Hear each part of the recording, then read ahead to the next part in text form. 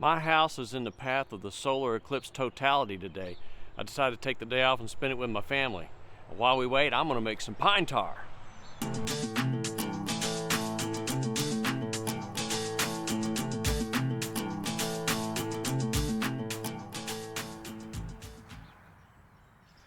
My wife and I rented a cabin for a few days in Hocking Hills State Park in south central Ohio. Not far from the cabin, I found this old dead pine tree carcass. I think I'm gonna kick out a few of these knots and dig out the fat wood, then take them home and try my hand at making some pine tar. I've never done that before. This is gonna be a great project.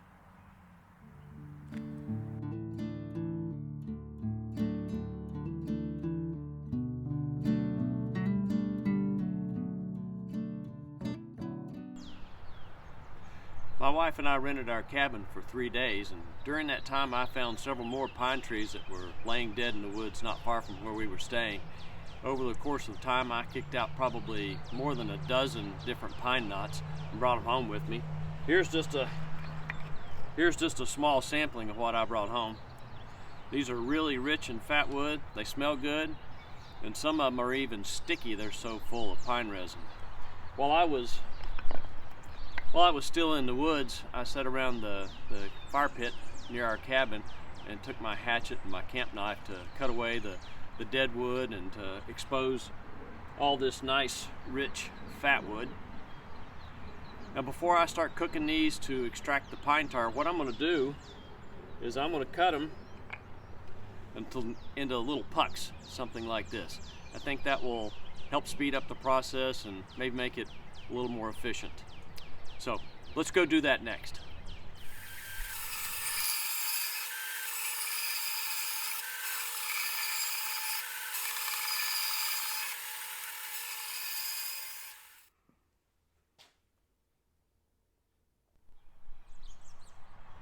I'm going to cook the pine tar out of my fat wood in much the same way as you would roast cotton fabric to make char cloth. And this is my roasting vessel. It's just a pot that I picked up at a local thrift store for a few dollars. It's got a big dent in the side, but there's no hole here. And the way I prepared it was I first cut a couple of holes in the lid where my volatile gases will escape as I'm roasting the fat wood. And then in the bottom, I cut another hole that I hope my pine tar will drain into my mason jar collection vessel, and I'm going to attach this to the bottom with this mason jar ring that I've attached to the bottom of the pot with 3 sheet metal screws. It all kind of goes together like this. Now the mason jar will be buried in a hole that I'll put in my fire pit behind me, and then I'll put the lid on. And to make sure that my lid doesn't fall off, it only fits on here just loosely. To make sure it doesn't fall off, I put some holes on either side of the lid and in the lip of this pot, and I'm going to wire it all together with some stainless steel wire. That's kind of what it's going to look like. Let's go load it up.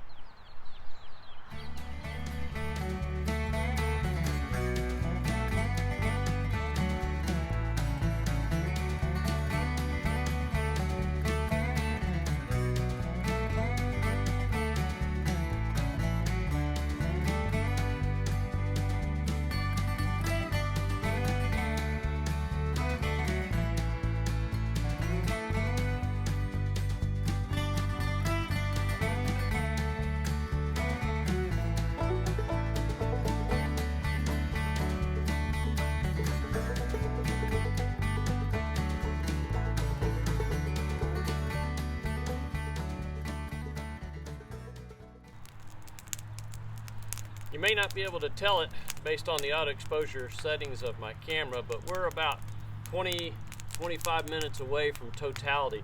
So I went ahead and lit our fire.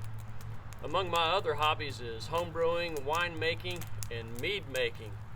This is a batch of mead I made this past winter. I thought, what better way to celebrate the ancient gods eating the sun, at least for a few minutes, than with a glass of the world's most ancient fermented beverage. Cheers!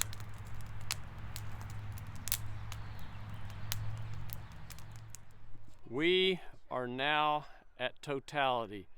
It's 3:10 in the afternoon. Everybody's porch lights have come on. It looks like it's 10 o'clock in the evening. My daughter and wife are enjoying the stars. You can actually see Jupiter.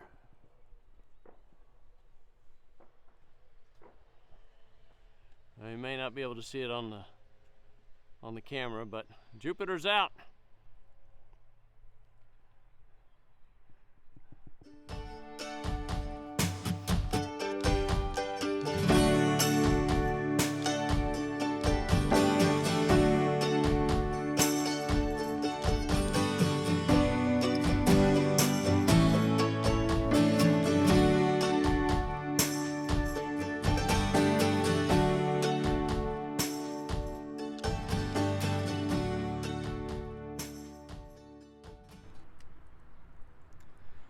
Well, this has been cooking for about 3 hours now.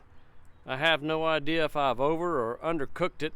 I've been talking to my neighbors as the Eclipse unfolded. It's been a really exciting afternoon. I think I'm just going to let this burn down and let it cool off, and I'll come back in a few hours and see what the results might be. Wish me luck.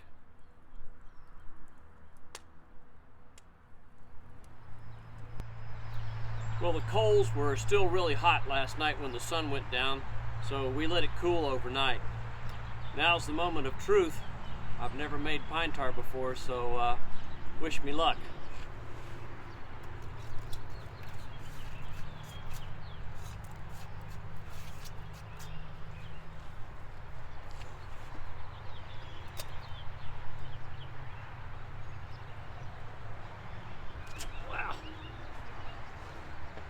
Looks like I got about a half a mason jar of pine tar.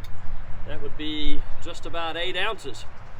Tell you what, let me go clean this up just a little bit. I also want to open up the pot and see what I might find inside of there, and I'll come back in a few minutes and do a wrap up.